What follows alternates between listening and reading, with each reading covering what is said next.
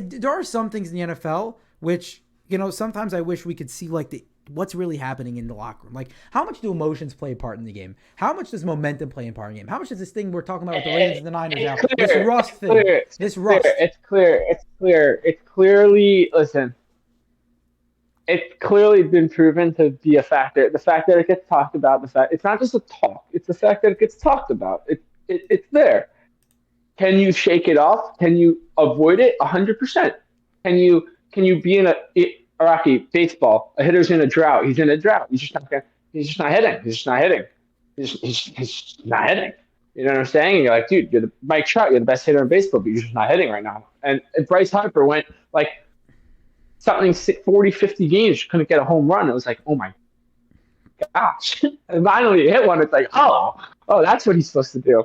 So it's the same thing. Players can fall into a rut, and they can just, you got it. Yes, emotions play. Locker Antonio Brown in your locker room was a horrible idea. that you know you know what I'm saying? Like, no, there's certain guys you don't want around. I think for individual players, maybe. I'm talking about more of it as a team. All you know is what you hear, but we don't really know what's going on in the locker room. Is it really affecting the team? Like they've been saying about the Eagles with Listen, AJ Brown. The Eagles with AJ Brown. Is he really making? Is the team? Are the Eagles really not playing as well because AJ Brown is causing havoc in the locker room, or just because they're not playing as well? It's impossible to know. It's just it listen. might be true. Yeah, you're saying they're just calling him a scapegoat at that point. I don't know. That's the thing. Is there a correlation? It's impossible to quantify, right? It Listen, might be true, but there is never a way to prove it. That's listen. it. It's definitely this. Listen, when a player questions coach, and then other players start to question coach also, when that play comes and that coach says to do X, and players are questioning him, and then they decide not to trust him, all of a sudden players start doing their own thing now, right? And then he gets another player to do his own thing. Now you have players not listening to the coach or whatever the situation may be. I'm not talking about the Eagles situation. I'm talking about just a general situation that happens. So it's very important for a coach to have control of his locker room. We always talk about that, right? You have to have, yes, it's very important that the team when Lamar Jackson was in contract talks over the last 2 seasons, he wasn't really injured. He was semi-injured. He wasn't fully injured. We never really knew what the situation was, but we did know that he didn't want to play because he didn't want to get hurt. That we know, right? Mhm. Like he wasn't too happy. Lamar Jackson wasn't playing too great, but then all of a sudden he gets his contract, and all of a sudden here, like he proved in 2019 I could be MVP. And then a couple of years of like, hey, I want my money. And then all of a sudden they gave him the money, and he's like, oh, here I am again. I'm the MVP. You're So right. it does matter. It does matter to have players happy. When player happy, other players are happy. Yes, it does make. I think the Eagles. I thought the Eagles losing the Super Bowl last year was going to destroy them. I really did. I thought the whole city was going to fall apart for a minute. That I'm not saying that emotions don't play a role. And I'm not saying that the coach doesn't need to have control of his locker room. I'm saying that we don't know if that's what's causing a team's downfall or not. We don't know if it's just they're not playing well. Like first of all, let's look at the Steelers for a second, okay? This is a great example. The Steelers lost 3 straight. Tomlin did not want to answer anyone's questions in the press conference. He was in a horrible mood, understandably so, right? They had like the worst 3-game stretch in Steelers history, right? Tomlin didn't want to answer anyone's questions. Everyone was saying fire Mike Tomlin. They already fired Mike Canada, right? And everyone's like, get rid of this Yeah. guy. George Pickens can't block. I mean, still, he doesn't want to block. He's lazy, blah, blah, blah, blah, blah. Everyone's talked. 2 weeks later, Meisty, we are 2 weeks removed from all of that. All of a sudden, everyone, George Pickens, this guy's such a playmaker. I don't care if you can't block. Now we're joking about it. Ha ha, George can't block. He goes out and has 200 yards receiving. Nobody cares anymore. It's like everyone's happy. Right. Everyone's in a great mood. Mike So Tomlin's giving drushes.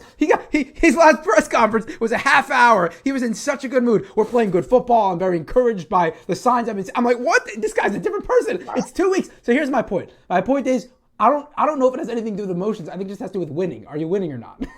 Winning gets rid of all of that. 100%. Look at the Ravens. We're winning. The Ravens are winning. Of course, the Ravens are in heaven. After the 49ers lost, they were questioning themselves or whether or not they were legit. Of course, the 49ers are legit. You just came up against a more legit team than you. Right. You came up against a team that's just winning. These are yes. Winning is everything. Yes, when you're winning, everyone is happy. I tell this to when I play in like a rec league. Into basketball, football, baseball. I say it all the time. I say, guys, like we're here to have fun, and winning is fun. So Right. let's go win. Right. Like, right? Like I know we're here to have fun. Cool. Winning is fun. Like losing is not fun. No, agreed. Sorry, it's not. We had this discussion on the way up to our producer Morty's wedding, and we remember we Yeah. discussed: do you play sports to win, or do you play sports to have fun? And you made a distinction between amateur sports and professional sports, but we both made the point that, but at the end of the day, what makes sports fun is the competitive nature of it. Is you play to win the game. You play to win the game, even if you don't win. It doesn't mean Competitive. If it's a correct. competitive game, yes. Correct. You play to win, and if you don't win, you don't win. Fine. Doesn't mean you didn't have fun if you don't win, but you still play to win. That's the objective, right? You still play to win. Yes, yes. After the loss, you can look back at the game and say that was a fun game. Sucks that we lost. Correct. Yes, yes. But at the moment, like when it comes to press conference time, 10 minutes, 20 minutes after you just lost a heartbreaker, I don't know.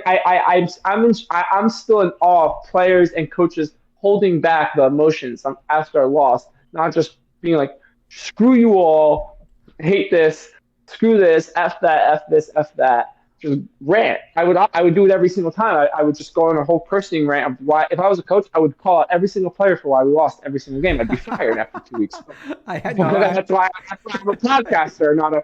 That's why I'm trying to do this on a podcast, not a coach. But I would scream at each player, you lost because you didn't do your job. No, I'm with you there. I'm very impressed by the ones that keeps their composure after losses, and especially tough losses. Like McDaniel after they blew that lead against the Titans a few weeks ago Monday night. He's there and he's upset. Don't get me wrong. And he said we didn't do a good job, and but he didn't get upset. He didn't raise his voice. Lions with the referees. How about it's like Dan Campbell? Even Dan Campbell, as much as he was upset, that's all Dan Campbell gave us. Like Dan Campbell, the referees just blew the game for you. Actually, Campbell was good in the press conference. He started to get upset and he caught himself. He's like, I don't want to get upset. I'm sorry for getting upset at you. He apologized. I'm very impressed. I think these guys got to do some meditations or something before this, because it's got to suck to lose. You put in all that work, right? All that work. You prepared. You have your game plan. You think you're going to win. Most coaches going into the game, they think they're going to win, and then you lose, especially to have a tough loss like that, and you keep your composure. I'm with you. It's impressive.